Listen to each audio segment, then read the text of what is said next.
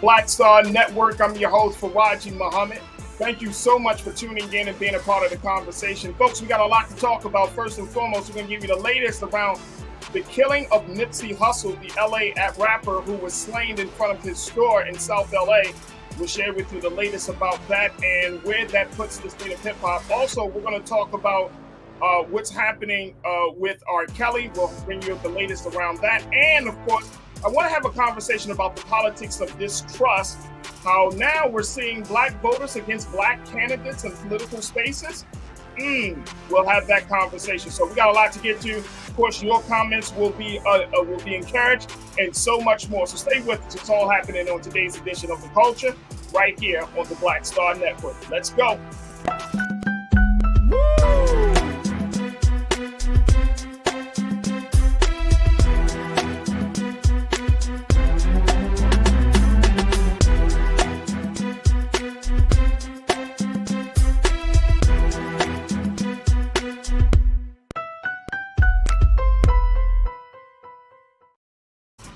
Folks, welcome to the show. Welcome to The Culture here on the Black Star Network. Happy Thursday, folks.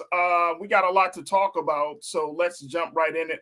First conversation, I wanted to bring you up to speed on what's been happening with this case. This is the case of our brother and LA rapper, influencer Nipsey Hussle, who was shot and gunned down in front of his store back in March of 2019. Now, his killer has officially gone back to court to be sentenced, and it is official that a jury has determined that Eric Ronald Holder Jr., who shot Nipsey Hussle outside of his store, the Marathon store in South LA, has now been convicted of and sentenced to 60 years in prison during 60 years to life in prison.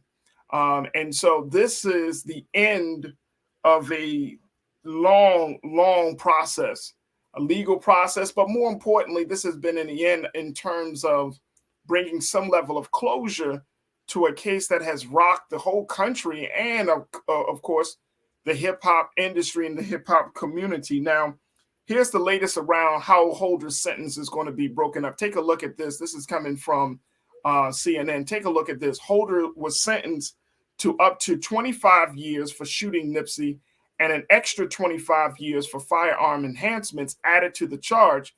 He was also convicted of 2 counts of attempted voluntary manslaughter for injuring 2 other men in the incident, for which he was sentenced to an additional 10 years. Yeah. Very tragic case. Here's the situation around this case. One is that there were a number of cameras, CCTVs, and other cameras that were on the property or near the property. And this is how they determined that Eric Holder was the one responsible. But shortly before the shooting took place, there was a verbal altercation between Nipsey and Eric.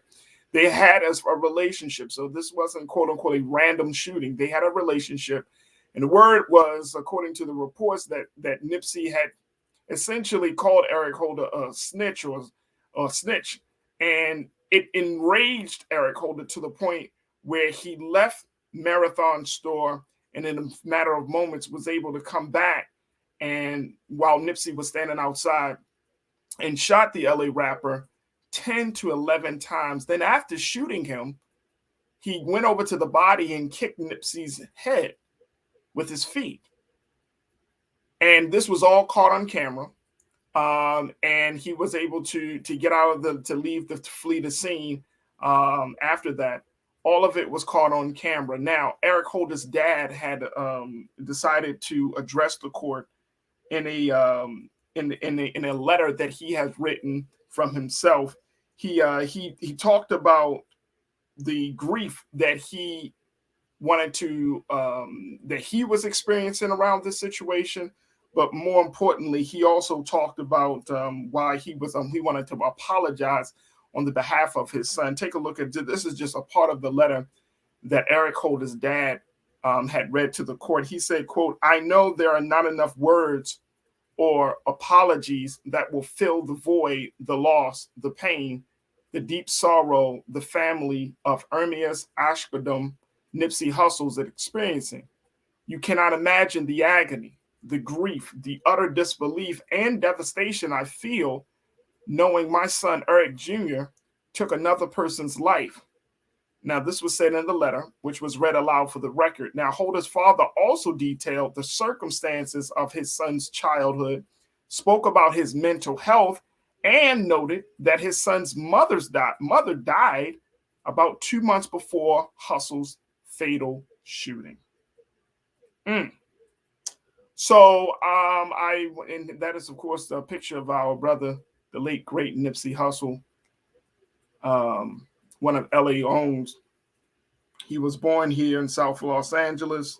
He was 33 years old, and he was a father of two, and he was considered to be one of the most successful hip-hop entrepreneurs in the game. He collaborated with dozens of artists, including Kendrick Lamar, Drake, YG, Ty Dolla $ign, Meek Mill, Young Thug, and he's also has been in collaboration with the likes of Jay-Z posthumously. So Nipsey has and continues to hold a special place in the heart of the hip hop industry, the hip hop community. And, you know, I didn't know, and I'm going to just share my little personal, when we got here in LA, literally, folks, if you drive through LA, especially through South LA, you will see nothing but murals of Nipsey. There are two people that LA loves, and that's Nipsey Hussle and Kobe Bryant. Murals of them everywhere from downtown to South LA. They have this big, beautiful, right there at the Crenshaw Mall.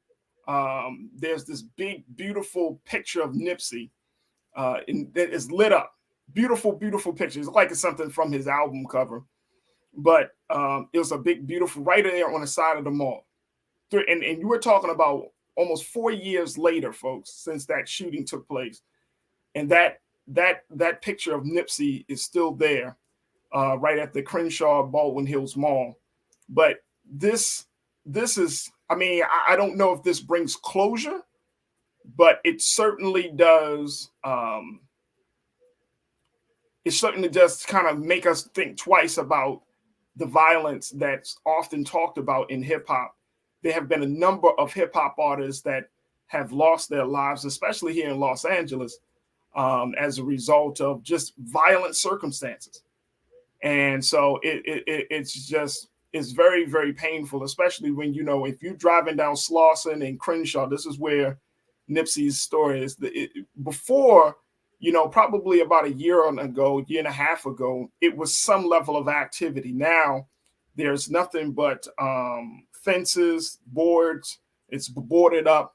I know that there was talk about not just taking his Marathon store to the online space, but then there was also some talk about maybe possibly turning that space that he had, the Marathon store right there on Slauson, turning it into some sort of memorial or museum of something to show some level of love and dedication. So there has been, it is a void that can be felt here in Los Angeles.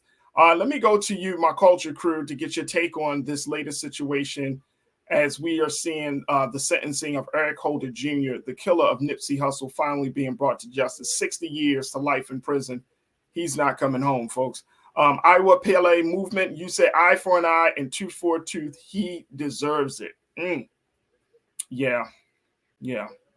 He got so upset with the brother for calling him out. And again, we don't know. Of course, I'm not privy to that, but they had that beef and he took it to that place. And it's unfortunate. Very, very unfortunate.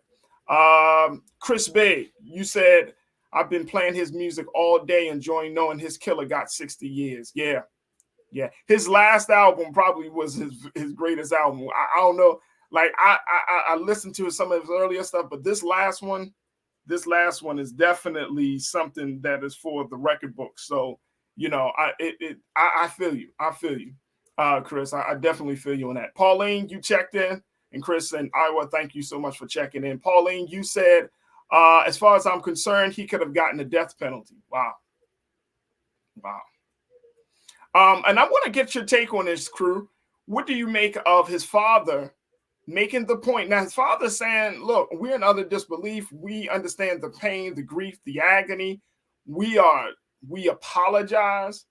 But what do you think of his father bringing up the point that he had suffered some mental health issues and that he could have possibly still been in grief from his mother passing 2 months earlier? Does that play into the conversation, or rather, how does that play into the conversation? Because we know that when traditionally, and we have seen this, when young white males lash out violently, right, that often comes up into the conversation. Mental health, what was going on in their life before that moment, and all of those things.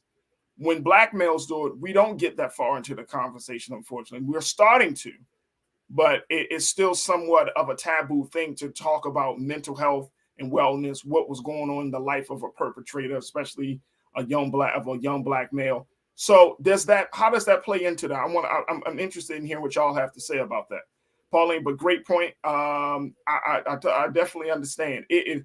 Like I said, you still feel the void in your heart. And I'm not from LA, but you know, my heart, every time I'm driving in the area, every time you feel it, you just feel it. And you always wonder, like, why did he have to be the one? You know what I mean? Like, this brother was, and I'm speaking of Nipsey. Nipsey was such a major figure. He transformed he's turned his life into a different place. He became a business owner, and I mean, he was just such an influential figure. And for him to be gunned down the way he did is absolutely just tragic. Janae, you said, I am so over family who want to cry out after their child/adult commit crimes. How about teach your child or adult to not commit them? Rest in peace, Nipsey. This was uncalled for. Yeah, I mean, you know, that's the point. Yeah. And you know, I often hear when people talk about that, like when do we take accountability, you know, or teach our children, especially our young black boys, to handle themselves differently? And I think it's just about, you know, to your point, Janae, I think it's just simply about, you know, just being intentional about how we go about things, teaching our black boys that violence is not the answer, teaching our black boys the skills of conflict resolution, teaching our black boys about the value of kind of talking out your problems with an individual, giving them those skills instead of just teaching them, like, if somebody disrespects you, you just pop them in the mouth. Because nowadays, that popping them in the mouth 10 years ago is now can be seen as, if somebody disrespects you, just take a gun to them. So it's a whole different culture. Look, we got to take a quick pause. When we come back, I'm going to take a couple of more of your comments as we talk about the latest in the killing of Nipsey Hussle. So stay with us. It's The Culture here on the Black Star Network.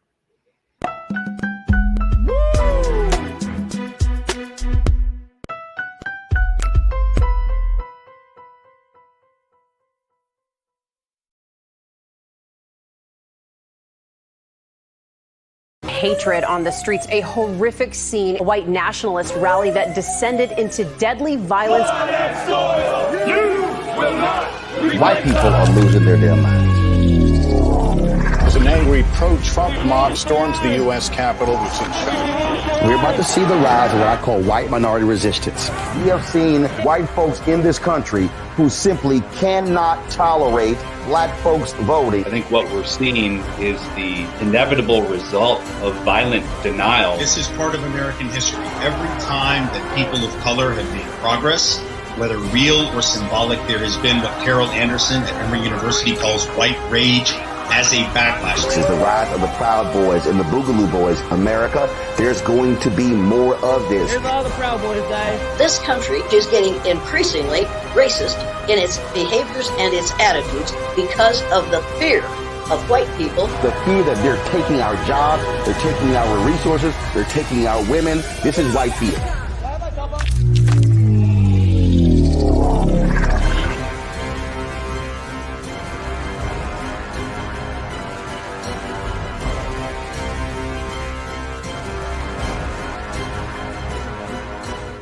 Black Star Network is here.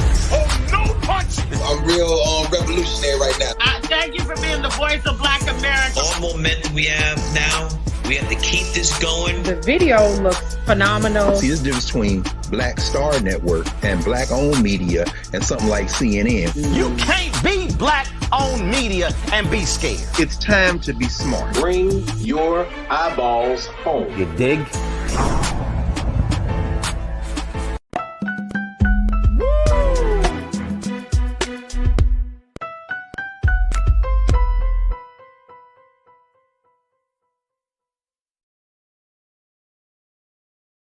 Folks, welcome back to the show. We've been talking and kind of gave you an update on the case of the killing of LA rapper, influencer, businessman Nipsey Hussle. And we have just reported that his killer, Eric Holder Jr., was convicted and, of course, sentenced yesterday to 60 years to life in prison for the killing of the LA rapper. And this killing has still hard to totally accept. And you don't even have to be from LA to understand it. But if you are from LA, if you live in LA, if you're in the area of LA, you know that this thing is still feels very fresh. And so, my heart and prayers go out to Nipsey's family, to our sister Lauren London, to his children, and just to the whole family, man, because this one was a really, really hard hit. Sometimes you hear about certain celebrities, you're like, man, it's unfortunate this person hit you, but you don't connect with them as much. But this one, I connected with this one all the way across the country before I even got to LA. And so, it's really, really something to kind of see and still feel the spirit of this brother. I wanted to get your take on his crew about the fact that his father brought up in the letter that was read out loud to the court that his son, Eric Holder Jr., was, had some mental health issues and may have kind of insinuated, he didn't say it, he just kind of insinuated that Eric Holder Jr.'s mom had just died 2 months before the shooting. And so I just want to get your take on it. See what y'all think about that situation. Let me go back to you. Tiana, you checked in and said mental health is not an excuse. He could just stayed in the house and Nipsey would be alive, right? Right. I mean, I don't know. And here's the thing about that, Tiana. Like, I don't know if his father was trying to, his father, obviously, he apologized for what his son had done. But I don't know if he was trying to, like, not justify it, but just trying to take some of the sting out of it to make it seem like, he wasn't, quote unquote, in his right frame of mind when he did this, which, I've heard before, we often hear that in these type of cases, but it still doesn't take away the fact that someone was killed, someone who was beloved, someone who really made an impact in people's lives. They were taken. So I'm not sure how to really process that, but a great point, Tiana. Dejima Boutique, you said losing a parent or parents or loved one is never excuse. I lost my mother young and immersed myself in other things to cope. And yesterday, and I'm glad you brought up Dejima. Yesterday, when we had that conversation with the sister, with the life coach, our sister Ayana McNeil, talking about trauma, talking about coping. Y'all remember that, right? When we talked about those things, it's like you have to be very self-aware to know where you are when you're experiencing grief. You have to be so self-aware to say, okay, I am feeling depressed, or I am feeling this, or I am feeling that, right? There has to be a level of self-awareness. Grief can cause darkness, but the light of self-awareness has to be present in order for you to even go forward and to your point, Dejima, to cope in a productive way, not in a destructive way, right? Because some people folks cope through smoking and drinking. Some folks cope through other things, right? And really get into the dump. So I'm not sure again, this is a skill that we can teach boys, black boys and black girls, that when you go through traumatic events, say of the loss of a loved one, or say some type of change of life situation, right, that you do learn how to deal with that. And this is something that I when I get an opportunity and stand in front of young people, that I try to emphasize that you got to learn how to deal with rejection. You like life is, because sometimes I think that, especially for this generation, they think that everything is supposed to kind of be laid out for them, or that things are supposed to be open the door, or these things are supposed to be easy. But the one skill, and to the point of previous generations, right? So if you grew up in the 80s and the 90s like I did, you didn't get a silver spoon in the mouth, right? You didn't always have everything that you needed. Your parents may have came from humble beginnings, right? If you grew up in the 60s or 70s or 40s and 50s, if you grew up in these times where our people experience great, stress and strain, that, whether it's economic stress and strain or social stress and strain, like when you grew up during those periods where things aren't always good, there's a certain level of resilience that is ingrained in the culture of that time period that permeates down to how the children deal with hard times. There's a certain way to deal with that, right? Like if you grew up in a hood without certain, food, and you getting government assistance, like there's a resilience that comes along with that, right? But that's not always taught, and most certainly that's not always ingrained in an individual. Some people, when they grow up on the hard times, they go inward, they get angry, they want to rebel, they're trying to, trying to figure out how to get out of that space, that mental and emotional space where they feeling just negative or dark. But there's a certain level of resilience. And so, back to your point, Dejima, teaching young people how to cope when tragedy strikes, because we got to teach them that. Like, I think for us now, especially if you're a parent, we work so hard to try to isolate our children from all of these things in life. Like, we don't want them to struggle. But there's a beautiful thing that's in struggle. I think many of us can agree that in struggle, you gain. In pain, you gain. In darkness, you gain. Right? Like, if you learn how to get through those hard times with the best attitude, the right spirit, if you learn how to get through those hard times, recognizing that this is just a temporary situation, not a permanent situation. If you learn how to get through hard times where you realize, like, this is not like, the old saying, like, nobody is doing this to you, it's being done for you. And I'm saying that in a divine sense, right? If you say to God, well, why God, why do you, because he's not doing it because he's trying to punish you, but he's trying to purify you to get you to a better place and for you to become a better human being. If we do those type of things, right, that level of skill sets, we teach the next generation that we wouldn't be raising up individuals who don't know how to handle rejection, don't know how to handle when somebody doesn't like them or something, you know what I mean? And that's what happened in this situation. And I'm not justifying what this dude did, but I'm just it just speaks volumes about where we see a lot of young black men who get into these violent situations because they don't know how to cope with whatever pain that may have been in them. They don't know how to deal with somebody going against them. Their egos get bruised a little too easy. Come on, y'all. Y'all got me in my bag today already.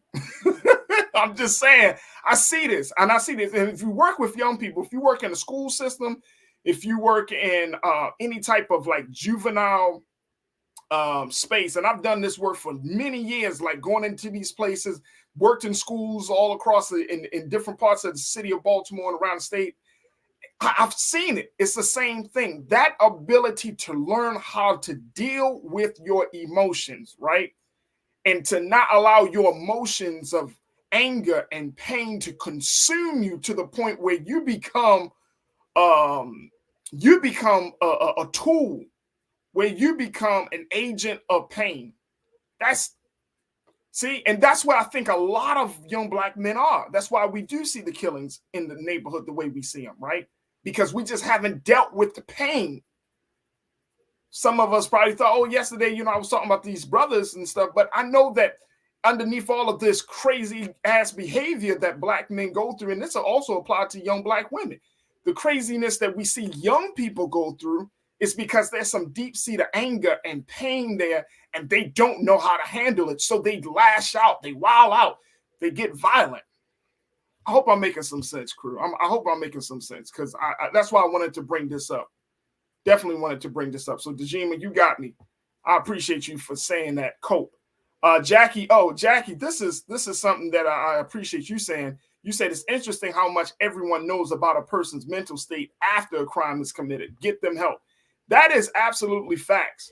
It's like we have so many red flags. We often talk about red flags in a dating world, red flags in relationships and stuff. What about red flags when you see people that know, like we as a community is unfortunately part of our culture, where if somebody that we know is dealing with some stuff, like they showing signs of being homicidal or suicidal, we don't have those conversations with that person. We don't get involved or try to intervene, or at least try to guide them. I mean, of course, we may not all be equipped to handle that. So at least trying to guide them to a professional that can help them, right? We kind of like write it off, like, don't talk to so-and-so because he crazy. And it's like, well, so-and-so still needs to be talked to, because we don't want so-and-so in the community and doing something wild, right? And guess what, folks? This is not old people. This is young people. So it requires us, to your point, Jackie, that we get people help when we see that they have something wrong. My man, Truth is Power, you said we grow up and we respect death. Taking a life is the last option in any situation, but it happens so easily nowadays that we lose people before they develop into who they're going to be. Come on, brother, absolutely. I love that. I love that. It is. It's easy to go and say I'm gonna kill somebody, and I know that might sound crazy for any one of us, because we're not in that space. Like we may have gotten, grew up in around those elements. But now we're more in a more empowered, enlightened space. But I'm saying for those of our people who are in the thick of that, right? In those subcultures, in every American city, every place that black folks live and are present, there's a subculture of death. That's our subculture, is death. And when that subculture of death raises us, only a few of us can get out of it. You know what I'm saying? A few of us are able to make it, but I want y'all to reflect, and I want y'all to take this quick walk with me before we take our next part. I want y'all to reflect on how many of those black men or black women didn't make it out of the subculture of death that's present in our community. I mean, we can name them like boom, boom, right off the back of our hand, right? But that's the subculture. And so to that point, Truth is Power, like that's why it's so easy to take somebody's life, because you grew up around it, you talk about it, it's so ever present in your family and your how you live and what you see, that it's nothing to say I'm gonna kill somebody, I'm gonna kill this brother, I'm gonna kill. You don't even say the brother, you say the N-word, but I'm gonna kill him, and you don't even think twice about it. And I'm not saying us, but those who are still wrapped up in that subculture, those who are still confined by that subculture, it's easy for death to be not the last option. Truth is Power. You know it too, bro. That ain't the last option. That's the first option. That's how serious that subculture of death is. So I'm glad you pointed that out, brother. Thank you so much. Jay, now my sister, you said I don't believe I don't believe in coddling our kids. But resiliency is not automatic based on generational struggle. I look around and there are a lot of people that didn't make it from my generation. Facts.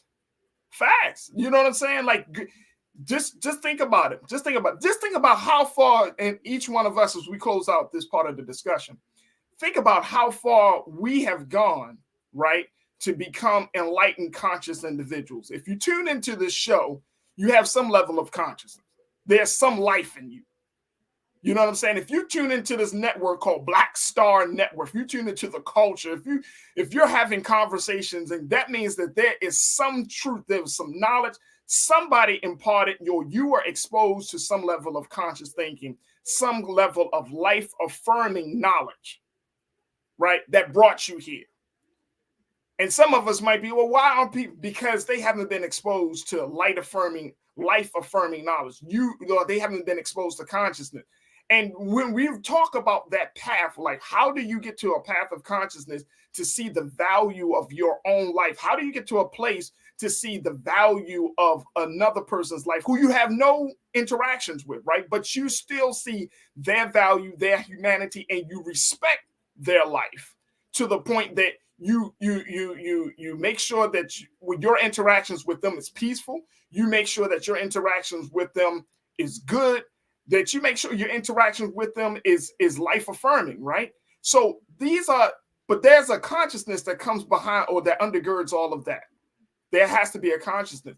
And at this point, we are yearning. And this is the thing about this tragic situation with Brother Nipsey.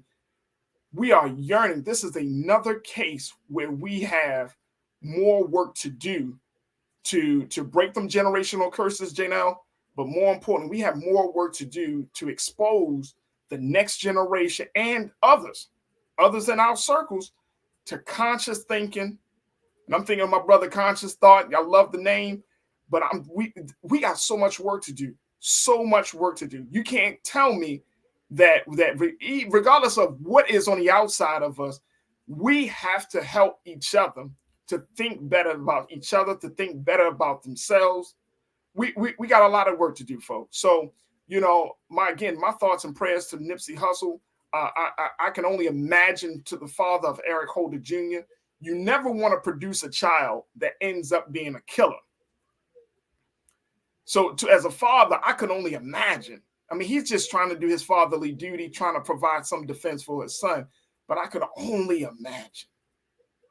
There were so many lives that were shattered as a result of this situation. And guess what? If the community, as people in the community don't deal with it, it will continue to be the vicious cycle that we find ourselves in. All right, folks, I got to take another quick pause. When we come forward, let's talk about the brother that wore the dashiki in the Tennessee State House and share with you what Brother Roland had to say, because he chatted with our own brother Roland Martin a couple of days ago, and I want to share with you a little bit about that and get your take. So stay with us.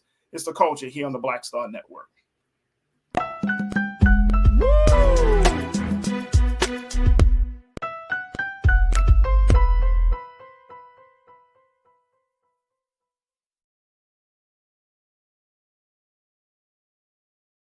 Black Star Network is here. Oh, no punch! I'm real revolutionary right now. Thank you for being the voice of Black America. All momentum we have now, we have to keep this going. The video looks phenomenal. See, this difference between Black Star Network and black-owned media and something like CNN. You can't be black-owned media and be scared. It's time to be smart. Bring your eyeballs home. You dig? When you talk about blackness and what happens in black culture, we're about covering these things that matter to us, speaking to our issues and concerns. This is a genuine people-powered movement. There's a lot of stuff that we're not getting. You get it, and you spread the word. We wish to plead our own cause. Too long have others spoken for us. We cannot tell our own story if we can't pay for it. This is about covering us. Invest in black-owned media. Your dollars matter. We don't have to keep asking them to cover our stuff. So please support us in what we do, folks. We want to hit 2,000 people, $50 this month, raise $100,000. We're behind 100,000, so we want to hit that. Y'all money makes this possible. Check some money orders. Go to P.O. Box 57196, Washington, D.C. 20037-0196. The Cash App is $RM Unfiltered. PayPal is R Martin Unfiltered. Venmo is RM Unfiltered. Zelle is Roland at RolandSMartin.com.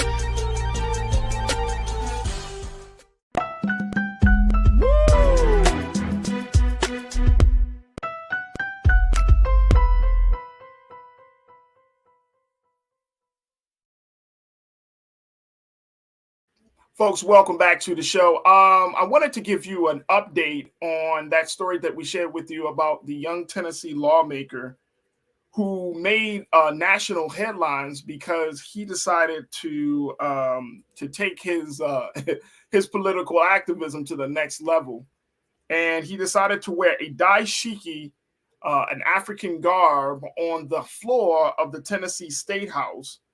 As he was trying to take care of the business of the people. Now, of course, as a result of that, he was Tennessee is a state that is controlled by Republicans, and they didn't like that.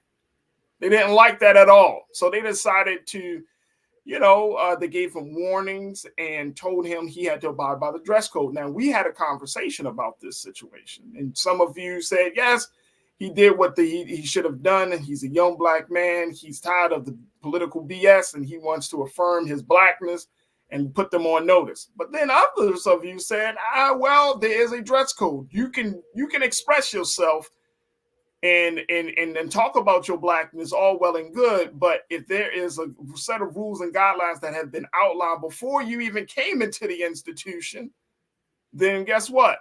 You should do your due diligence and follow the rules. Well, that brother had an opportunity to sit down with our very own Roland Martin on RMU. I wanted to bring you up to speed on what he had to say. Check it out. My goodness. First of all, congratulations on your election. That's first. Thank you so much, Roland. I appreciate it. And really grateful to serve in District 86 here in Memphis and Millington and Shelby County. Well, Lord, now you got these white Republicans just losing their mind because, they ain't never seen a black man with an afro and dashiki. Oh, my goodness. What's going to be next? H-Rap Brown, berets, and long guns and leather coats? I mean, what you know and what I know is it had very little to do with wearing the dashiki in and of itself. It's what it represents.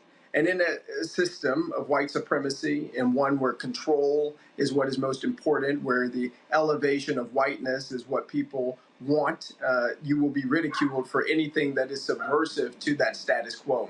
And I think what happened when they saw our afro and our dashiki, which is honoring our ancestors and paying homage to the people who made this possible, is also for them a recognition of change. And when you're in this culture that really prides itself on being the same, really prides itself on being, as you know, it's white, supermajority, male, cisgendered folks. It's not a place of inclusivity. It's not a place of true representation where black folks' voices and queer folks' voices and people who are different voices are really elevated. Then we do something that upsets them by just our presence and our being. But that's really important for us to do.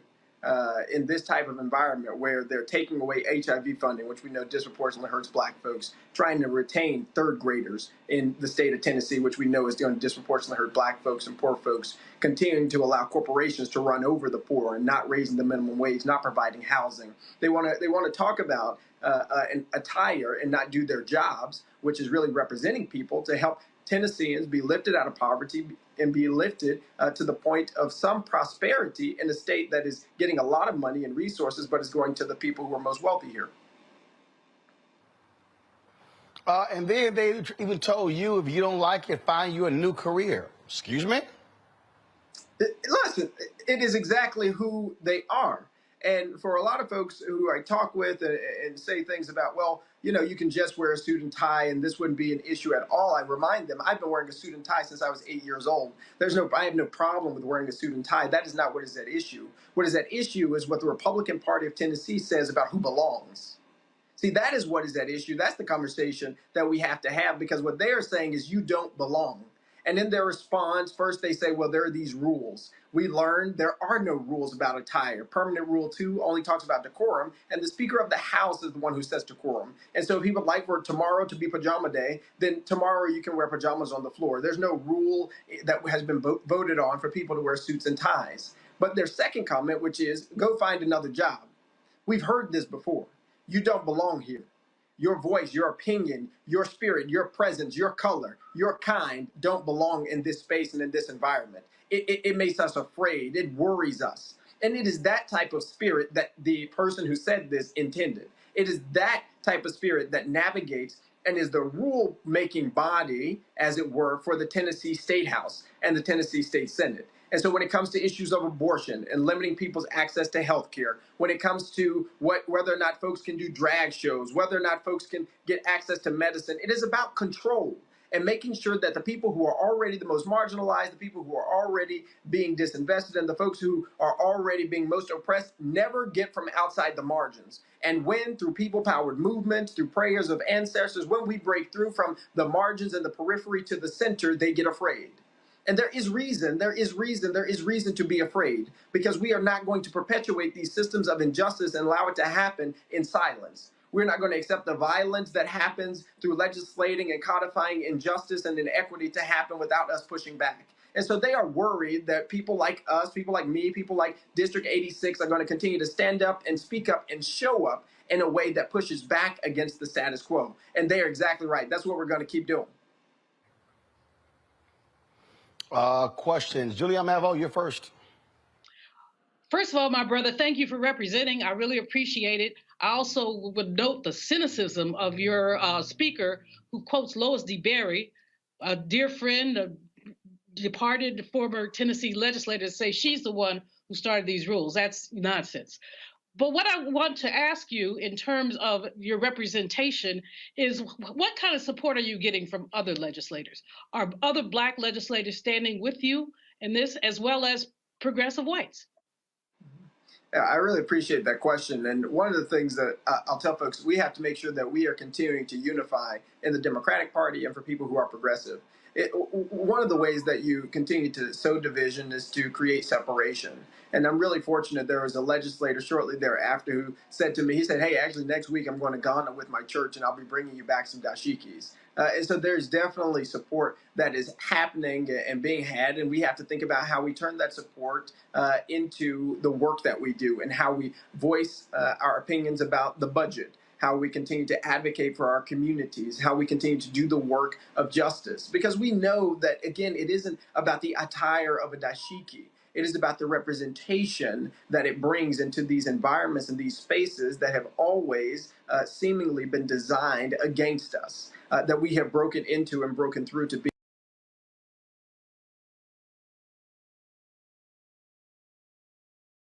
Folks, that was freshman Tennessee lawmaker Justin Pearson talking about why he wore the dashiki. We're going to take a quick pause. When we come back, let's hear a little bit more from him and then get your thoughts. Stay with us. It's The Culture here on the Black Star Network.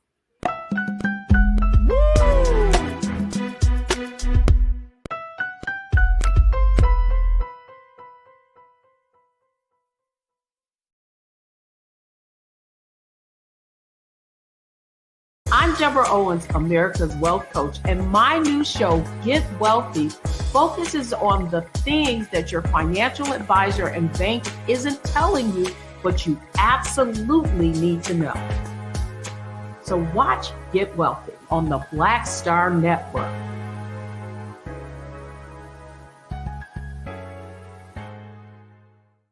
Black Star Network is here. Oh, no punch! I'm real revolutionary right now. Thank you for being the voice of Black America. All momentum we have now, we have to keep this going. The video looks phenomenal. See, there's a difference between Black Star Network and Black-owned media and something like CNN. You can't be Black-owned media and be scared. It's time to be smart. Bring your eyeballs home. You dig?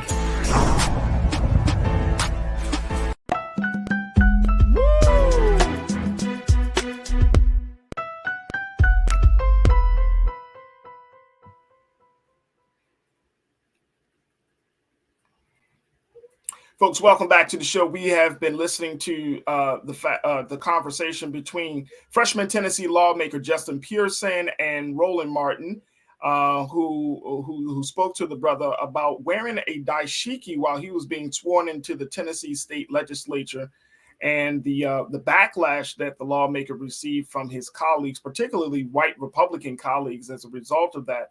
But his colleagues had implored upon him that he needs to be wearing a suit and tie, as that is the attire and that is the dress code of the state legislature in Tennessee. But as you can hear, Justin Pearson is pushing back on that. Just want to play a couple of more minutes of this conversation, and then I would love to get your take on this. So let's get back to the conversation with Justin Pearson and Roland Martin.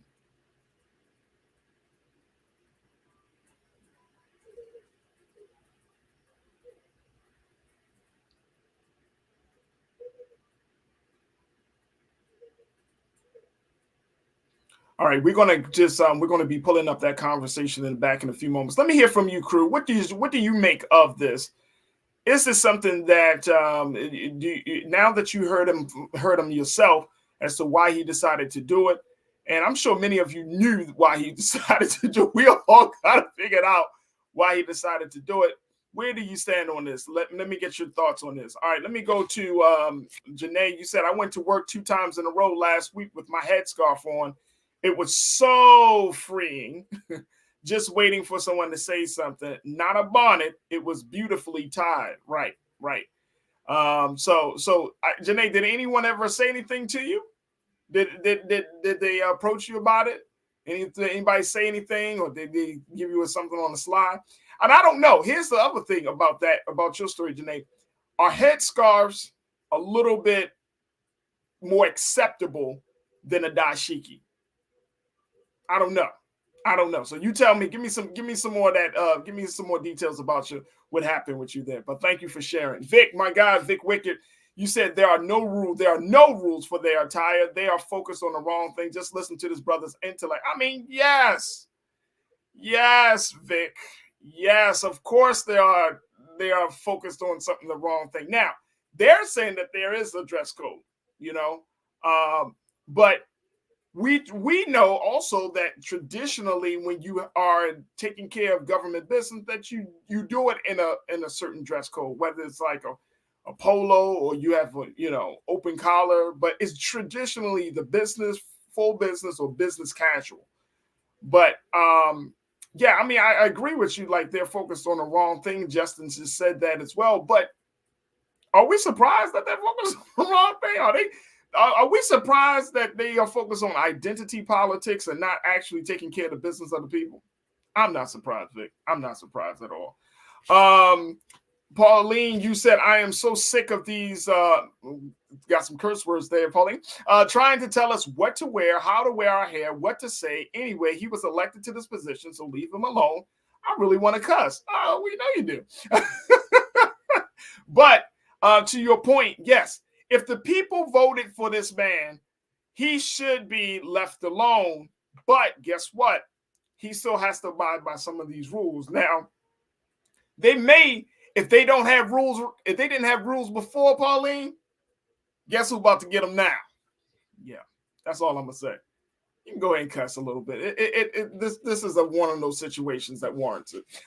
Willie, thank you, Pauline. Willie checked in. Willie, you said, look, they swear in whole liars in suits, says C. George Santos. What a person is wearing means nothing. The character of the person matters. This brother is strong.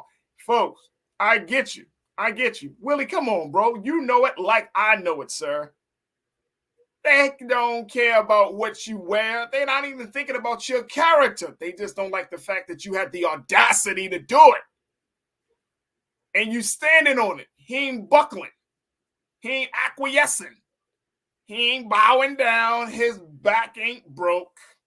His spine isn't limp. They don't care. Some folks don't care.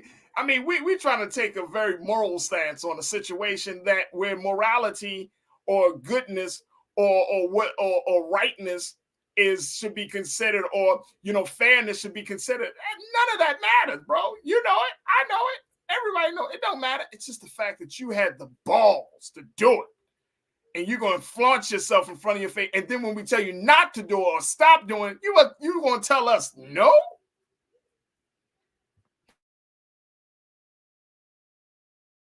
Man, thank you, Willie, for that. All right, let me go to Truth is Power. Truth is Power. You said anything that exudes black power, black pride, and black unity there against. That's why we keep our eyes on in Virginia and Virginia and Arkansas. These governors are trying to go back to the 1610. Yeah. Look, we're at that place right now where our blackness is under attack. Now, it's always been under attack, but now it is so much as a part of on the forefront of America's psyche, all the way up from the little man to the big man, quote unquote, right? From the smallest town to the White House, people are trying to figure out what to do with Black people in America. I'm saying that with the straightest of face. I'm saying that with the realest of real. I'm saying that folks are trying to figure out, what do you do with a group of people who are showing signs that they had enough? What do you do with 40 to 50 million people that is getting sick and tired of being sick and tired? What do you do? What do you do with groups of people who have the money, who have the resources at their disposal, right? Who have the agitators among their ranks, but they just need that one thing to bring it all together. That key guidance, that key knowledge, right? To really excite people. So what do you do with that? And I think that's part of the reason why we see how these police departments handle the situations with these police-involved shootings, and we can go on and on and on. But that was just bringing it up as an example. But what do you do? What do you do when you have a group of people who have been oppressed and are slowly waking up from their oppression? What do you do?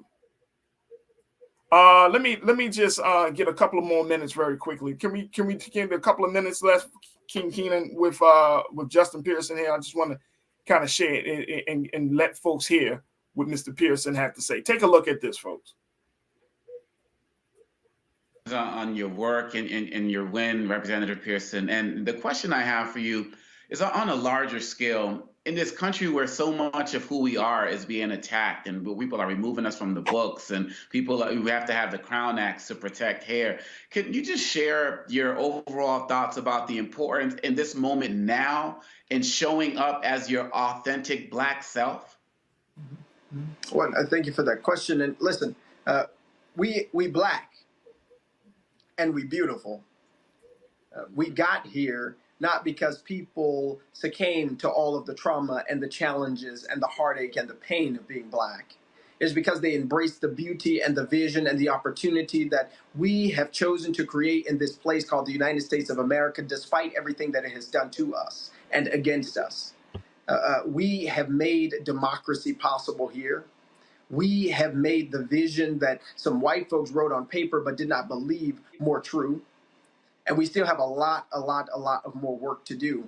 And it is one recognizing that it isn't right that we have to have laws like the Crown Act that says you can't discriminate against someone because of the color of their hair. It isn't right for racist white governors to say we don't need to learn about Black history because that doesn't have value. It is not right for Black kids to be told that you can't learn about your history or critical race theory or things like this because white people and white children might learn that some of their ancestors enslaved African Americans, some of their ancestors propped up a system of injustice that we are feeling the vestiges of today. It is not right that we live in a country where over 4,000 people have been documented and lynched, and we have yet to have a day of mourning or a moment of recognition in our educational systems or in our society about those injustices. It is not right that we are forced to live under the oppression that we do. But what is really powerful in this moment, and what I think has been a catalyst since we learned and fully grasped the understanding about the lynchings of Breonna Taylor and the lynching of George Floyd and the lynching of Ahmaud Arbery and the true power of their lives and the legacy after 2020 about our responsibility as Black people in this society, which is to not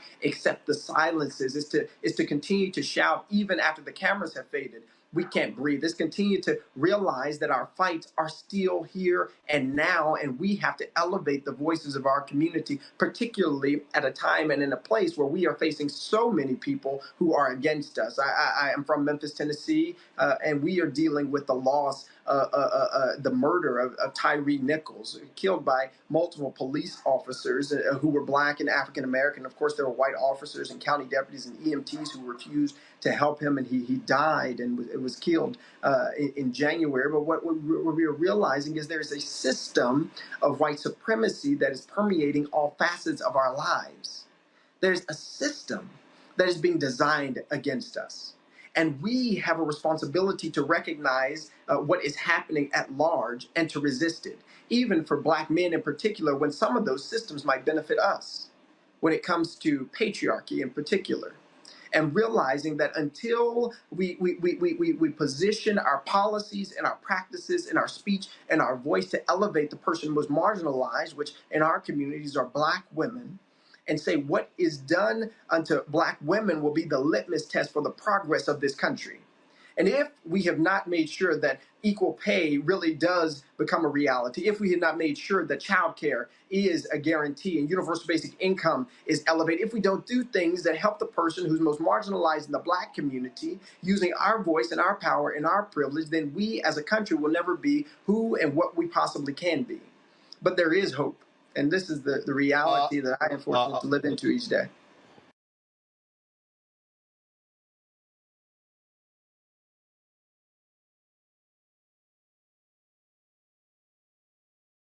Let me get myself off me. When Tennessee starts waking up, when the South starts waking up, when Black folks in the South, in Tennessee, in Alabama, Louisiana, when y'all start waking up like this, it's a wrap. When Black folks in Texas, when y'all, as y'all waking up, it's a wrap. It's a wrap. It's our brothers and sisters that have been down in that part of the country that have felt the brunt. You know, I'm from Maryland, so we sort of like on that Mason-Dixon line, you know what I mean? So we felt the brunt, but from Maryland all the way down, if once Black folks start waking up and start getting into that level of consciousness, it's a wrap. Y'all have felt the brunt. If you're from the South, you felt the South, right? You felt that knee on your neck, right? You felt all of those economic sanctions. You felt hatred. You felt all of that. But once you start waking up, and that's why I'm listening to my brother, if he from Memphis and he got more people that not only is he just talking it, he actually was elected to office talking that talk. It's a wrap, folks. It is a wrap. I'm telling you, it is a wrap. Even in the Midwest, I know my man Keenan, like, you know, you're up in Chicago. Once you start getting those places that house our people, and they've been from that part of the country, they know firsthand what that racism, that hatred looks like. They dealt with it. Their families have dealt with it for generations. And they got, all you need is one in the family that says, nope, not today. Not today. We ain't going to do it. There ain't no more children under this. It's a wrap. That level of consciousness will uproot that white supremacy and knock its brains out, folks. So what we're seeing today is very, very powerful. And so big shout out to Justin Pearson for standing his ground and being who he is and being unapologetically Black. And if you're down in Tennessee, make sure y'all reach out to that brother, protect that brother, put some good energy out to that brother, because you know what? When you start talking that serious Blackness in those spaces, guess what, folks? It's not going to go over well with some people. So we do have to protect those who are speaking that truth to power in such a bold way, like Brother Justin Pearson. Look, we got to take a quick pause. When we come forward, let's talk about politics, because here on one side, you have a Tennessee rep like Justin Pearson, but then on the other side, down in Montgomery, we saw what happened with the we're seeing what's playing out with this mayor at the month of Montgomery. We seeing now that the sister, there's another Black candidate, another Black elected official that's under some hot water because of how she's dealing with the people. Folks, the politics of distrust. I'm going to have a conversation about Black voters versus Black candidates. Man, oh man. So stay with us. We're going to have that conversation with political strategist Crystal Knight, and of course with you. So stay with me. It's The Culture here on the Black Star Network. Woo!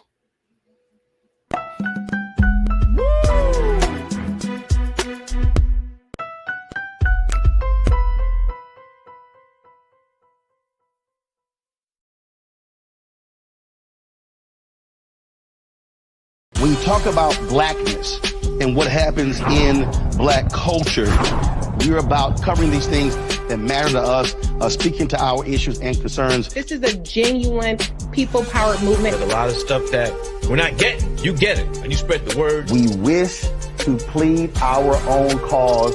Too long have others spoken for us. We cannot tell our own story if we can't pay for it. This is about covering us. Invest in black-owned media. Your dollars matter. We don't have to keep asking them to cover our stuff. So please support us in what we do, folks. We want to hit 2,000 people, $50 this month, raise $100,000. We're behind 100,000, so we want to hit that. Y'all money makes this possible. Checks and money orders go to P.O. Box 57196, Washington, D.C. 20037-0196.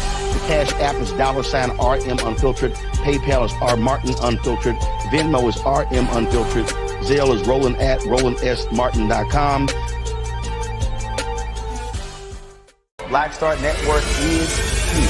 Oh, no punch! I'm real revolutionary right now. Thank you for being the voice of Black America. All momentum we have now, we have to keep this going. The video looks phenomenal. See, there's a difference between Black Star Network and black-owned media and something like CNN. You can't be black-owned media and be scared. It's time to be smart. Bring your eyeballs home. You dig?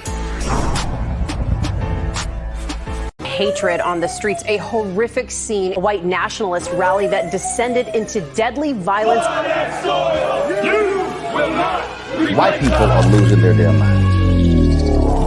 As an angry pro-Trump mob storms the U.S. Capitol, we're about to see the rise of what I call white minority resistance. We have seen white folks in this country who simply cannot tolerate black folks voting. I think what we're seeing is the inevitable result of violent denial. This is part of American history. Every time that people of color have made progress, whether real or symbolic, there has been what Carol Anderson at Emory University calls white rage as a backlash. This is the rise of the Proud Boys and the Boogaloo Boys. America, there's going to be more of this. There's all the Proud Boys, guys. This country is getting increasingly racist in its behaviors and its attitudes because of the fear of white people. The fear that they're taking our jobs, they're taking our resources, they're taking our women. This is white fear.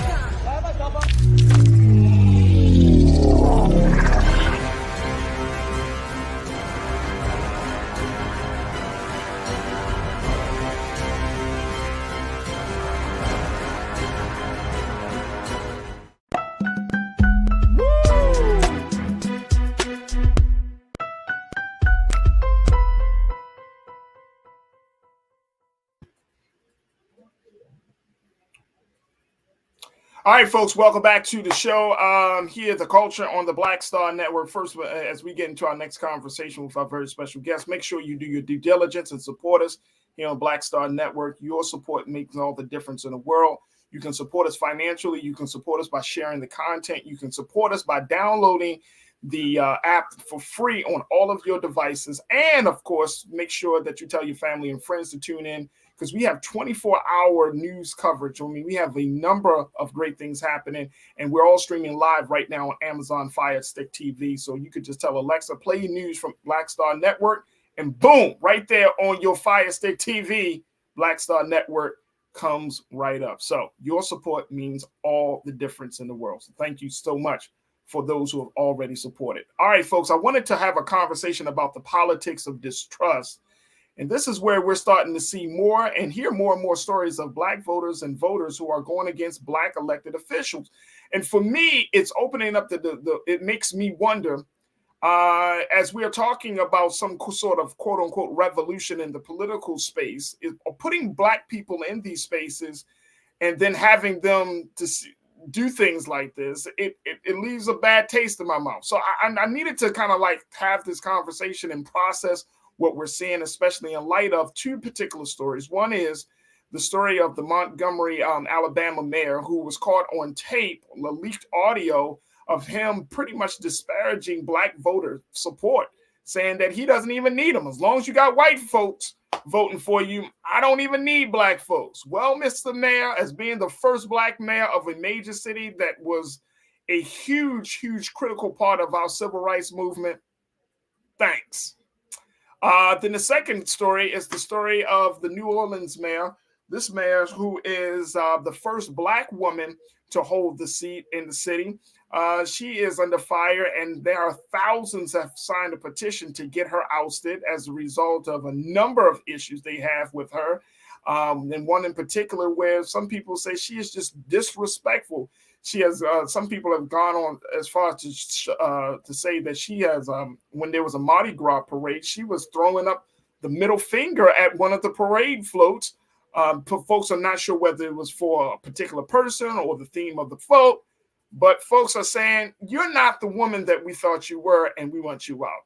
So let me just bring in political strategist Crystal Knight to give us some insight as to what we're seeing as we're looking at this politics of distrust. Crystal, thank you, Joan, for joining me this afternoon. How are you today? I'm well. Thank you for having me. Absolutely, sis. Let's talk about this because we have had the conversation time and time again that if Black folks get into political office, that we will start to see some change, that this is a way for us to kind of get our agenda across. But then you hear stories like what we see in Montgomery and New Orleans and in other places that make people say, is this the right strategy for us to use to get the type of gains that we want to get? What's your take on that? Well, I think what we're seeing right now, we're seeing Black voters really decide that they want a referendum on the people that they've put in office. I think if I can draw another parallel, we have to look at what's happening right now in Chicago with Mayor Lori Lightfoot. She's facing an uphill battle. And next Tuesday, this coming Tuesday, voters will ultimately decide, do they want to keep Black leadership in office, or do they want to go a different way? Now, I don't think that anything is wrong with accountability. If the mayor is flipping people off, if the mayor is, saying things in closed doors about Black voters in particular, or if the mayor is just not doing what the voters asked of him or her to do, then voters absolutely have a right to demand a new mayor or demand some level of accountability out of the person that's in the seat. A lot of times we go to the voting booths, we vote someone in, and then we really are disengaged with a leadership, elected leadership after the person becomes an elected official. But what we now know, or what we already know, is that, voters are paying attention. There are so many cameras out now, which is what we're seeing down in New Orleans with Mayor Cantrell. People are catching her on camera doing things and saying things that she probably is not in the best interest of a sitting mayor. It's not becoming of a sitting mayor. And the same thing with the mayor down in Montgomery. I mean, saying those things, even if the audio was spliced, it doesn't matter because it was still caught on audio, and now he has to be held accountable for it. And so one thing that we already know, Black voters don't want our vote taken advantage of. We don't want you to come to us only during election times and then come back to us only during election times without any tangible things that you've done to better our community. So let me ask you this, Crystal. And this might sound like a Frankenstein story, but as Black people and wanting in our yearning to get some level of political representation, in our yearning to be in those political spaces, have we created this type of situation, these type of candidates culturally? And I'm not saying, of course, they come from different places, but I'm just saying that we have created the environment where we're like, look, just put somebody Black in, make sure that they talk about their Blackness, and then we should be good. We should be making progress. But is that something that the constituents, we as the constituents and community, could kind of take responsibility for? No, I don't think so. I think, we have Black people in this country are underrepresented. And let me also say gender parity is also underrepresented when we think about how many men are in elected office versus how many women are in elected office. But if we look at the landscape of Black leadership, meaning leaders who are at the top of their game, either as governors, senators, I'm going to leave out Congress people, but mayors, particularly mayors and governors who have executive power, there is little. We don't have, a lot of Black mayors, particularly of major cities. But I'm sure there are many that are mayors of smaller towns with smaller budgets. But when we're talking about massive amounts of people, Chicago is the third largest city in this country. And so when you think about Karen Bass in LA, when you think about London Breed in San Francisco, Muriel Bowser right here in Washington, D.C., Eric Adams in New York, we can't afford to have LaToya and the gentleman down in Montgomery acting up, because it's not enough of us to even get comfortable where we can be out of order or be out of line.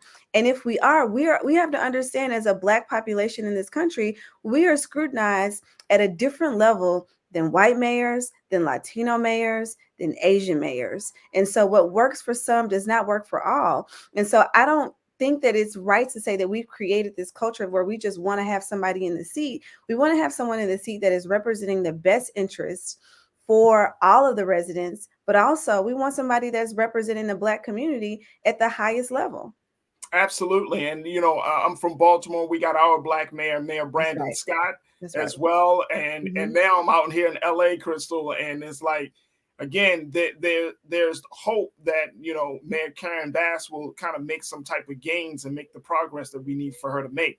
But you know, it's something, because when you're talking about that level of accountability, there are still some folks who push back on that and say, well, you know, we are the hardest on ourselves, and that we should, you know, give that person time. But I'm of the, and you can correct me on this one, Crystal, but I'm of the spirit is like, if you've been in America and alive for the past 10 to 15 years in America, and you get elected to political office, you can't say that you don't know how significant that situation is for you. That you know, there's no way in the world that you can just be like, well, I didn't know. I mean, we unfortunately have had so many Black lawmakers who have gone down because of corruption and all types of madness. So that means that every time a lawmaker, a Black person, gets into the space, what do we need to do? Like a special class to say, okay, welcome to Public Service 101. Here you go. This is who came before you. These are the Black folks that messed up the situation. Like, what? There has to be some personal responsibility that these people have.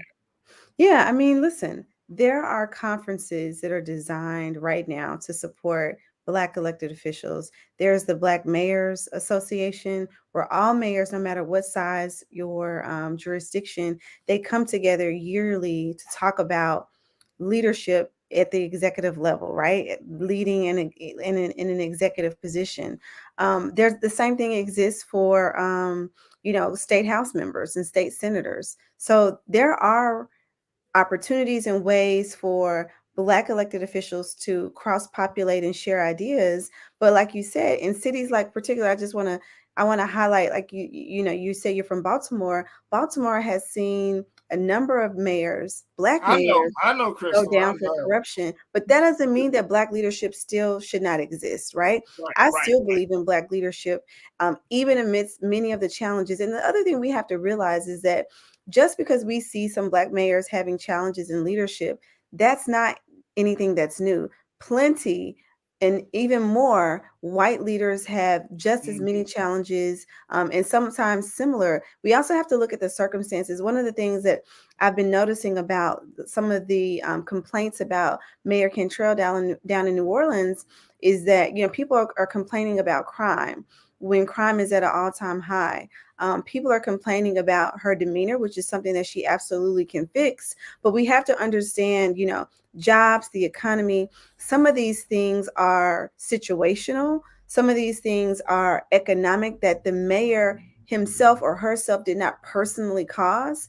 But the question is, what is the mayor doing to alleviate the pain that the residents in their respective cities are feeling, so that they are uplifting their cities as they continue throughout their tenure as mayor?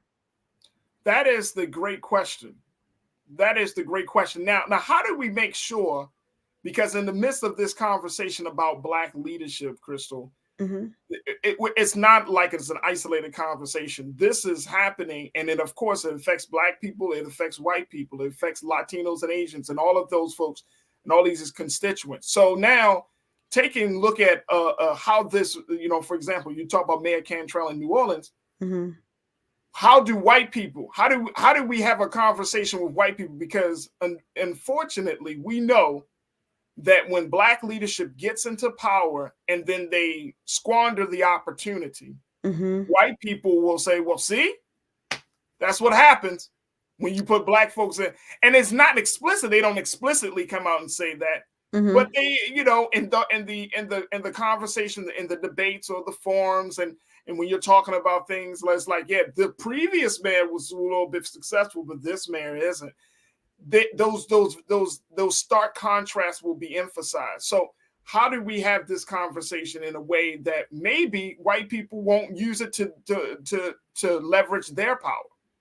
Well, listen, I think that when you run for mayor, when you run for elected office, many of these things, you are coming in representing yourself, right? And so hopefully, I don't want to speak for any of these mayors, but hopefully they all identify as Black, and they identify as Black first, and then some of their other intersections later. But even if they do or they don't, we as a community cannot allow white people to tell us how to govern or what is best, even throughout our successes and failures. Because what we know, every single elected official has their flaws. And so if we're always guided by, see, we told you we couldn't put them in office, that narrative, we'll never have any Black elected officials, quite frankly. And so I don't subscribe to just because a mayor has not done or fulfilled all of his or her promises or lived up to their potential, that they are still not fit to be in office based upon the white narrative. Because we have to understand the white narrative is going to be the white narrative before they come in office and after they leave out of office. And so what mayors have to do, Black mayors have to do, they have to focus on being the best executive of their city that they can, and making good decisions that will impact the residents in their city in the most positive way moving forward, and remove all of the distractions, but also do yourself a favor and don't cause unnecessary harm by taking actions such as talking bad about your Black constituents or flipping your constituents off. As a strategist, what would you say to Mayor Cantrell, to the mayor of Montgomery? As a strategist, what would you say to Mayor Lightfoot in Chicago? You kind of Well, I think it's a little late for Lori Lightfoot. I mean, she's T-minus 5 or 6 days out from election day. So that's a little bit challenging. I think, she should put up ads on TV, which she's probably done, put out another mailer, reminding voters that she's had their back during a pandemic. I mean, we have to remember some of the complaints about Mayor Lightfoot are about things that have gone wrong over the last 4 years. Well, over the last 4 years, there was an unprecedented pandemic that any of us that are living in today's time, we have not seen this in our lifetime. And so all mayors who were, serving between 2020 and 2022, and even now, they likely had a rough tenure. And we can look at Keisha Lance Bottoms. She decided not to run for re-election because it was so hard. Also, coupled with the pandemic, we lived through the George Floyd era, where there were lots of uprisings in the summer of 2020. And so again, these are unprecedented things that have happened over the last couple of years that people really aren't, I don't think people have forgotten, but they haven't taken into consideration what leadership under fire like that looks like. And this is not an ad for Lori Lightfoot at all. But what I'm really trying to say is we have to look at the landscape of her tenure, what she's done, and has she been able to move the city forward, considering the conditions that the city has gone through over the last 4 years. If I were Mayor Cantrell down in New Orleans, I would, address some of the concerns that the public has. She's on the microphone doing Mardi Gras, using vulgar language. Again, these are things that are just not becoming of a mayor. We're not saying don't have fun or don't even do those things, but you have to pick your time and place when you are an elected official, and you have to understand that you're always on. Somebody is always recording or looking at you or wanting to have proximity so they can catch you in a, gotcha moment. So I think she's able to survive this. It's not that big of a deal. I think if she can point to the crime statistics federally, she can try to address some of the things that are happening at the local level. Now, obviously, funding crime intervention programs, funding programs that help people gain access to equitable jobs in the city. Those are things she can look at to see if those are not implemented, how she can implement those moving forward, which would hopefully be curtails to violent crime.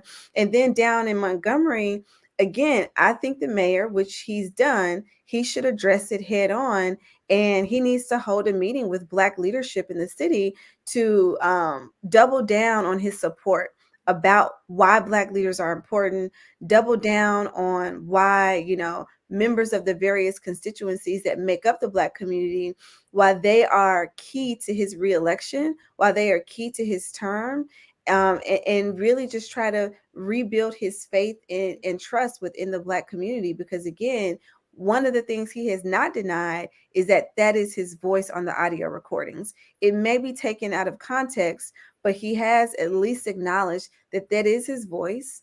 It has been spliced, but he needs to take full accountability. He definitely does. Crystal, if we can take just a few more minutes of your time, because we got to take a quick pause. When we come forward, we want to get some comments from our culture crew that's watching today, and I'm sure they got some questions, they got some thoughts. So we'd love to kind of have you a chance to speak to that as well. But folks, we got to take a quick pause. Thank you. Folks, we got to take a quick pause. When we come forward, let's hear what you got to say as we're talking to Crystal Knight, political strategist, and having a conversation about the politics of distrust, Black voters against Black candidates. What's your take? Stay with us. The conversation continues right here on The Culture, here on the Black Star Network.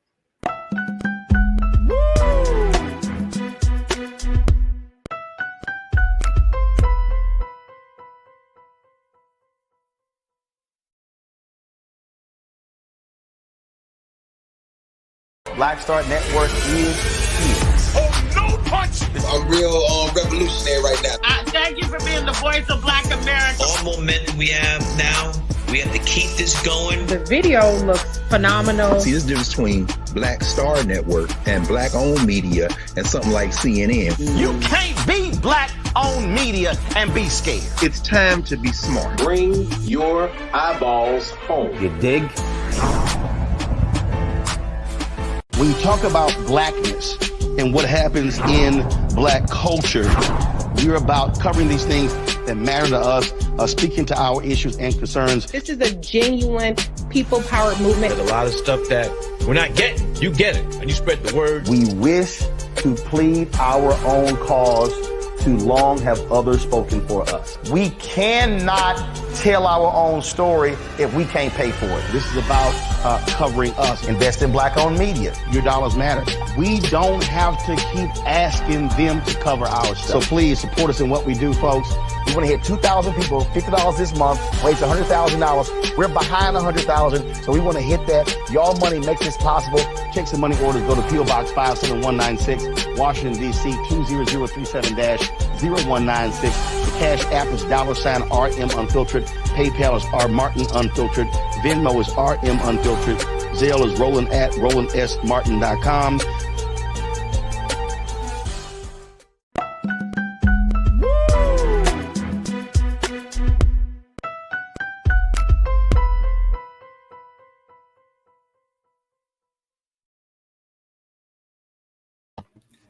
Folks, welcome back to The Culture here on the Black Star Network. I'm your host, Farajii Muhammad.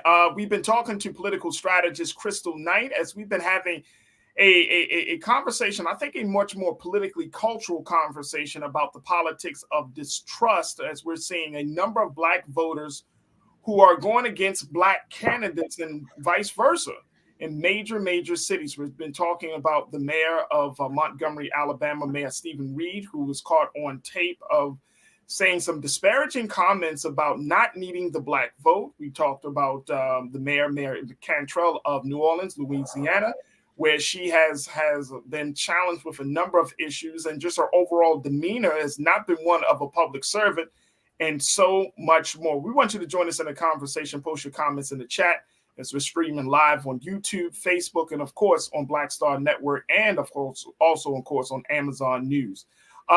Crystal, I appreciate your time, so we want to jump right back into it. My sister Lana L said they asked Mayor Lightfoot about reparations in a debate, and she said, quote, residents got their reparations with Invest Southwest. Lana said, Invest Southwest ain't black, nor is it reparations.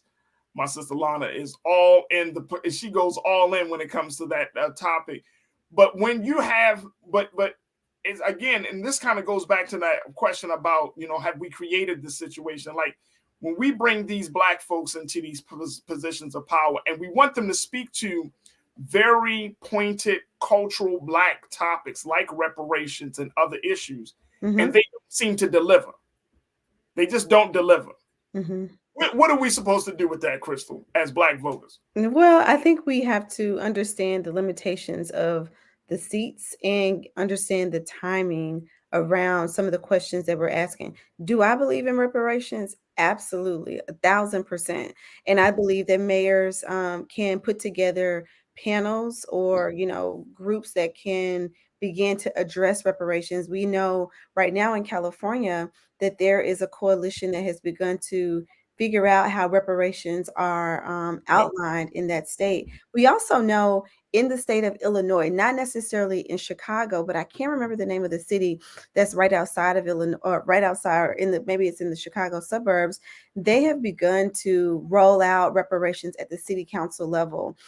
So we know that Mayor Lightfoot can do it, and simply saying one project is reparations, that's not good enough. And it's actually a slap in the face to black voters to just say that. I would have rather her say, I am still working on that, or that's something I plan to address in my second term, rather than just pointing to a project that's arbitrary.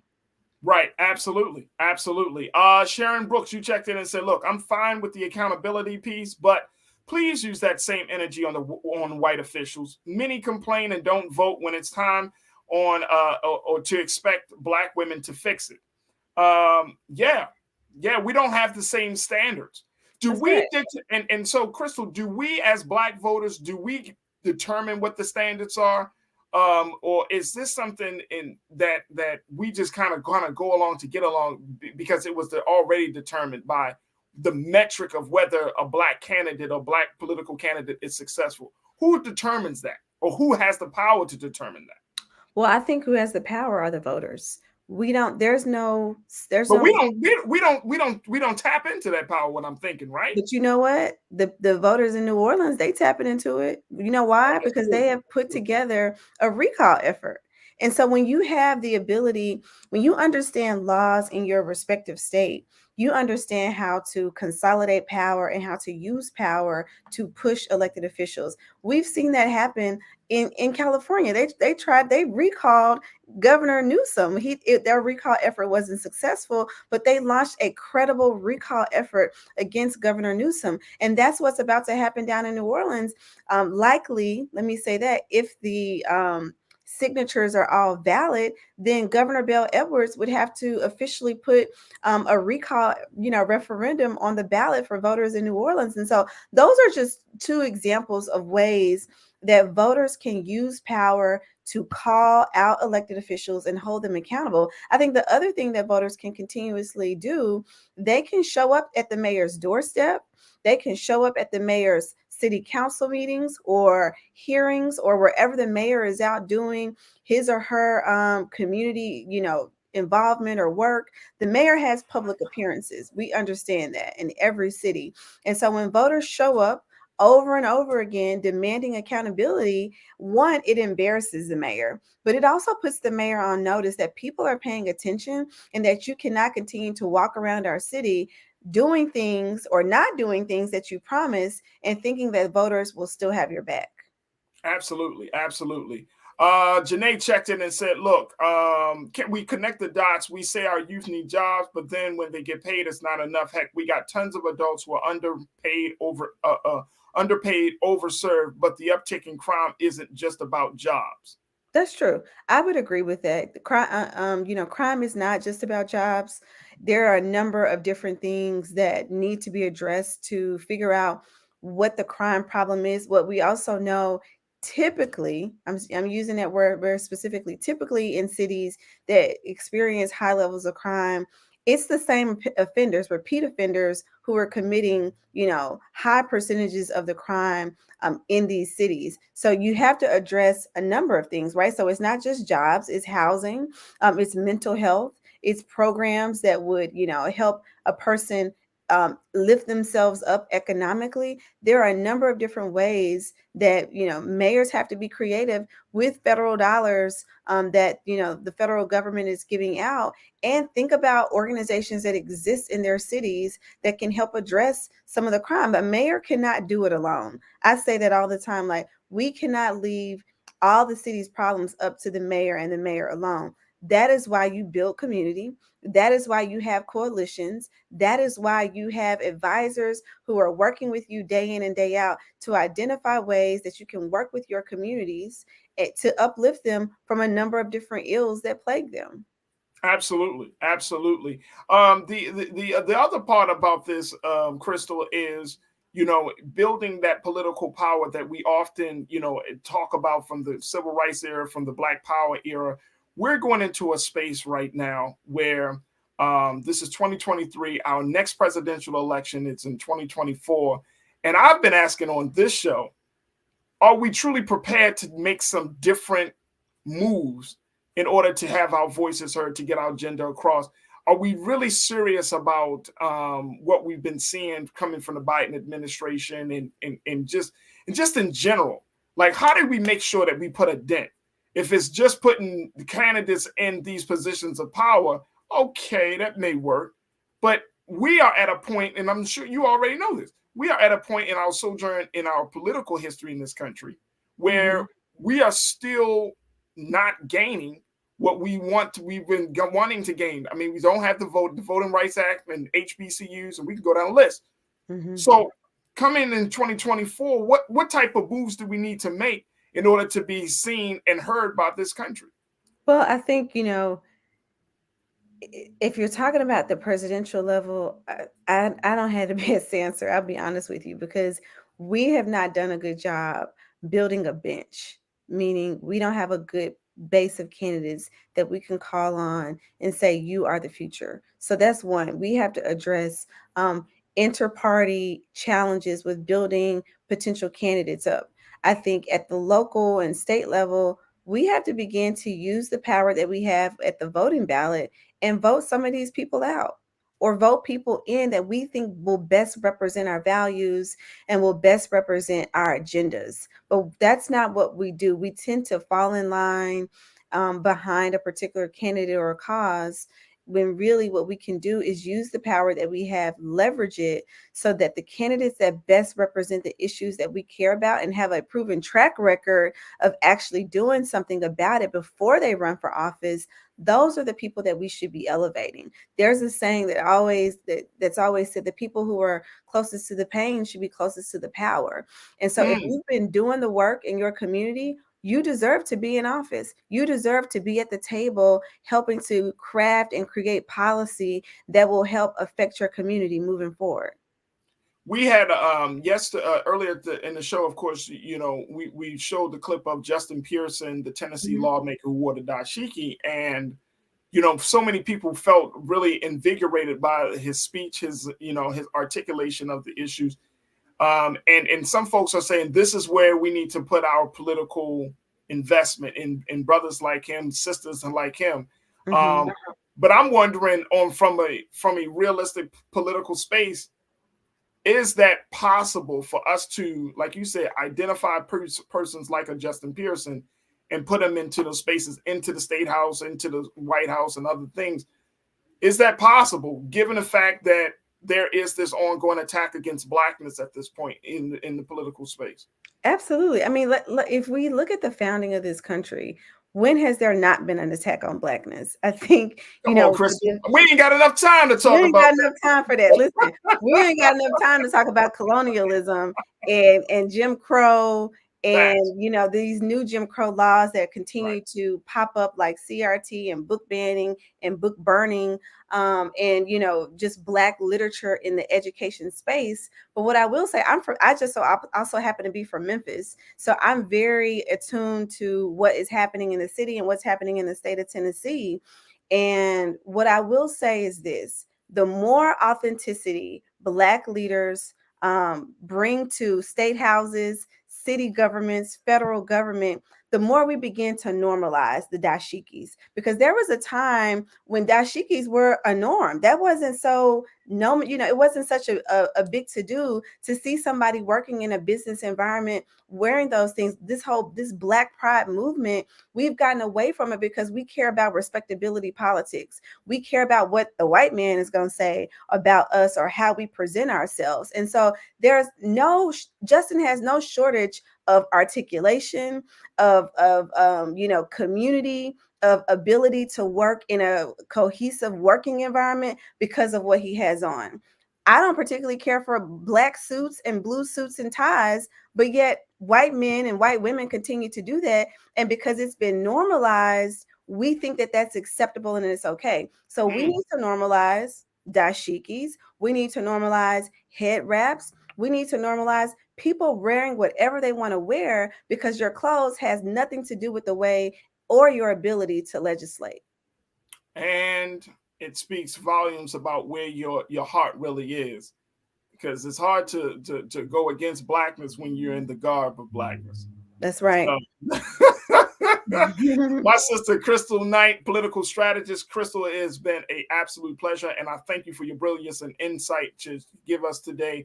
And certainly we would love to have you back on. So thank you for your time today, Crystal. All right. Thank you for having me. Absolutely. Folks, we got to take a quick pause. When we come forward, let's give you the latest updates around that R&B singer guy. Yeah, you know what I'm talking about. We'll talk to you about that. Stay with us. It's The Culture here on the Black Star Network.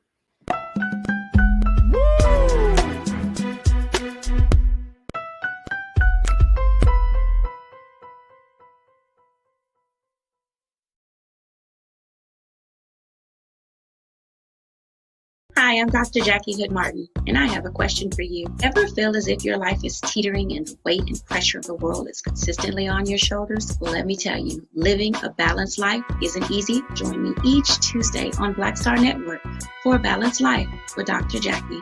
We'll laugh together, cry together, pull ourselves together, and cheer each other on. So join me for new shows each Tuesday on Black Star Network, A Balanced Life with Dr. Jackie.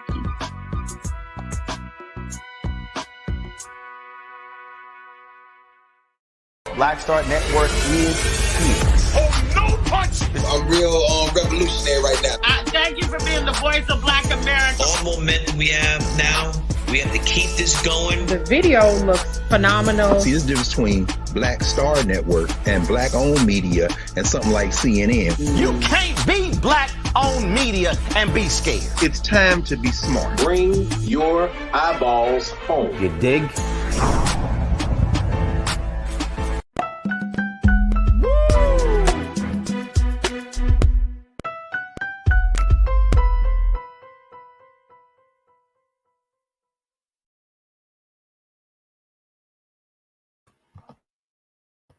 There we go. All right, folks. It's time for us to, as for our final conversation. This is something that's trending right now, which is the situation around Robert Kelly, aka R. Kelly, who has a big breaking development in his story continues to happen earlier today.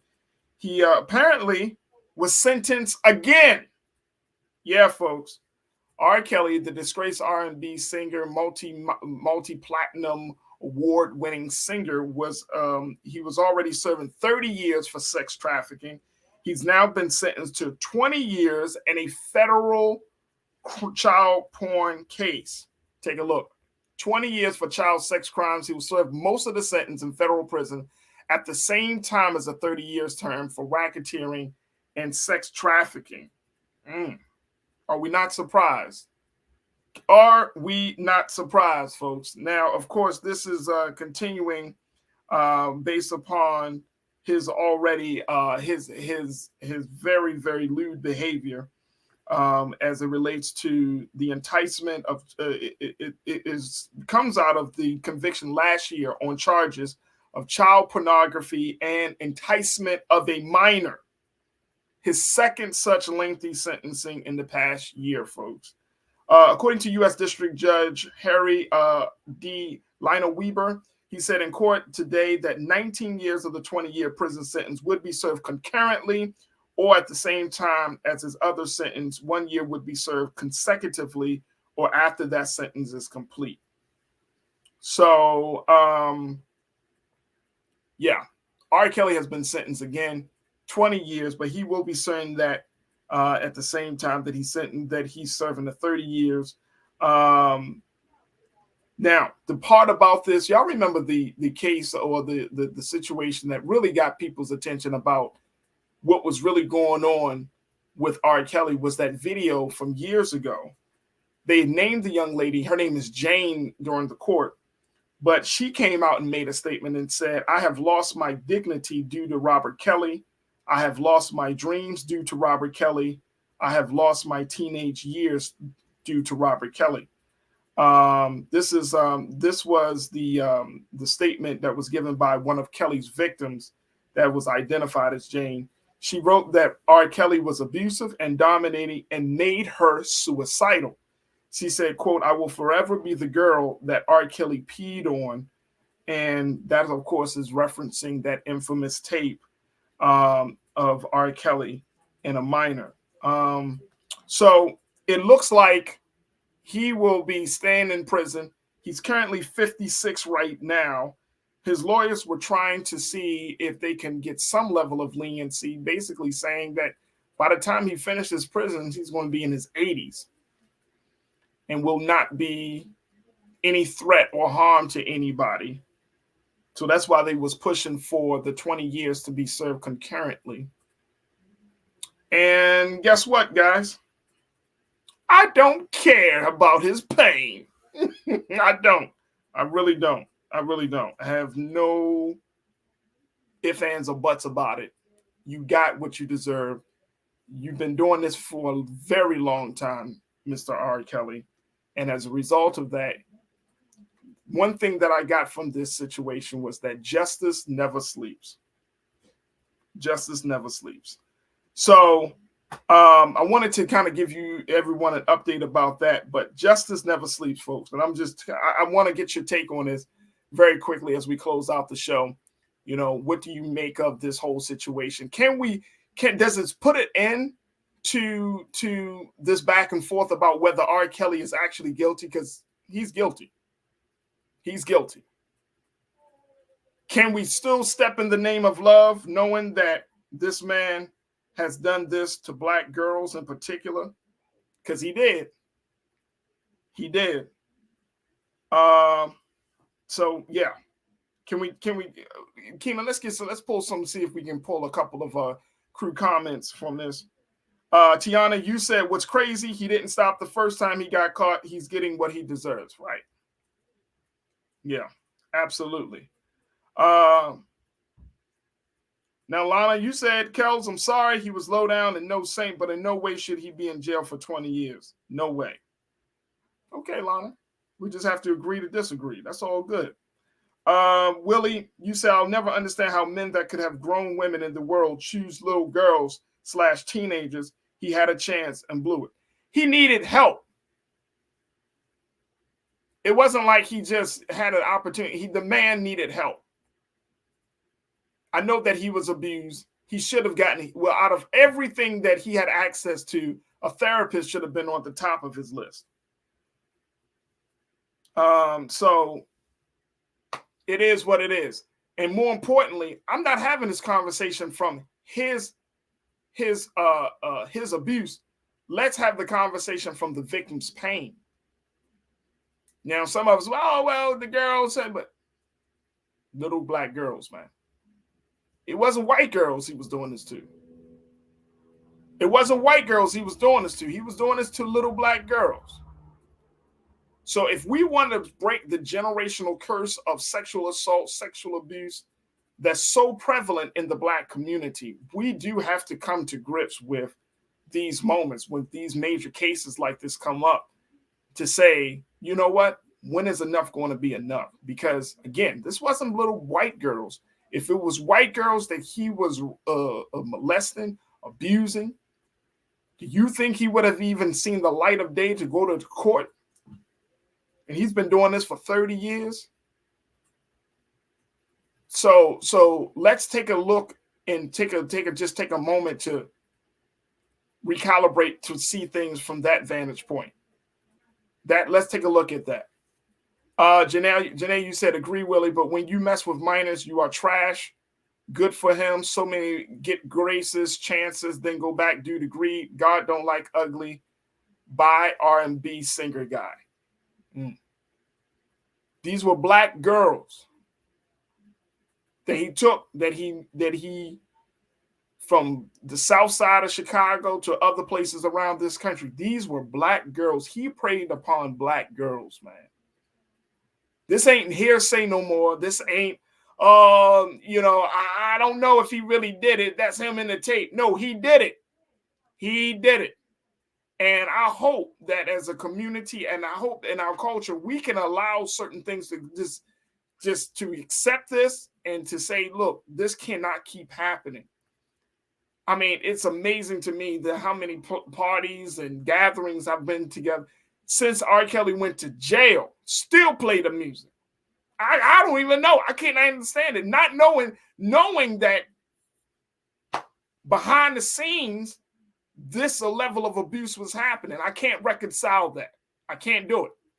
I can't talk about it. So not to get into no rant, but he did it. He's paying the price for it.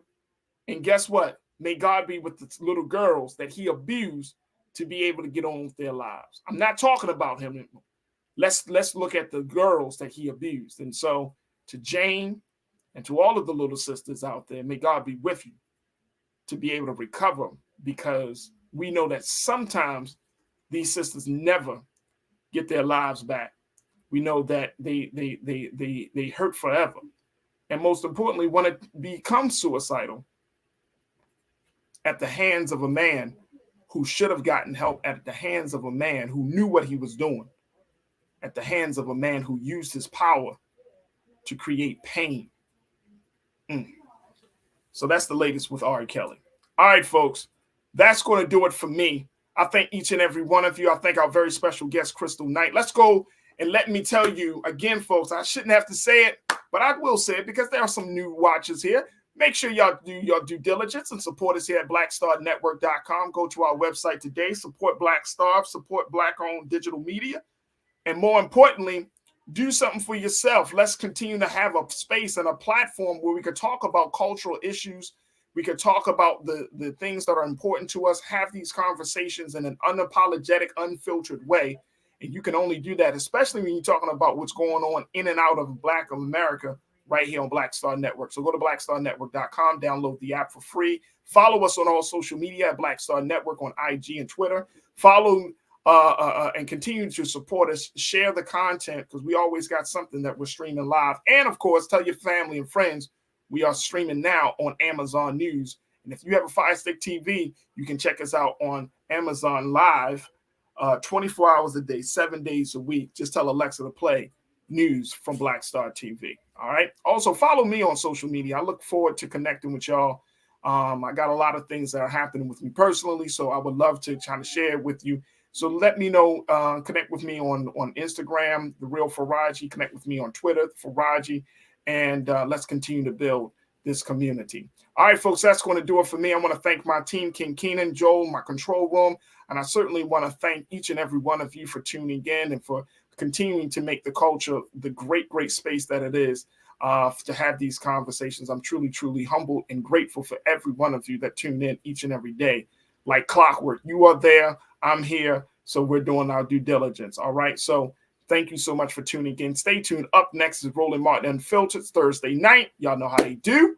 So make sure y'all stay tuned for that. As always, never be afraid to challenge what's wrong. Stand for what's right while being yourself in the process. God willing, we're going to be out tomorrow, so we'll have a best of tomorrow. But make sure y'all still tune in because we got a lot of conversations that you may have missed. So on those best ofs, so make sure y'all tune in for that. But God willing, you'll reconnect with me live on Monday. So I hope you have a safe and productive weekend. Spend some time with your family. Enjoy the sunshine in those warm cities, because I saw y'all talking about how warm it is in all those cities.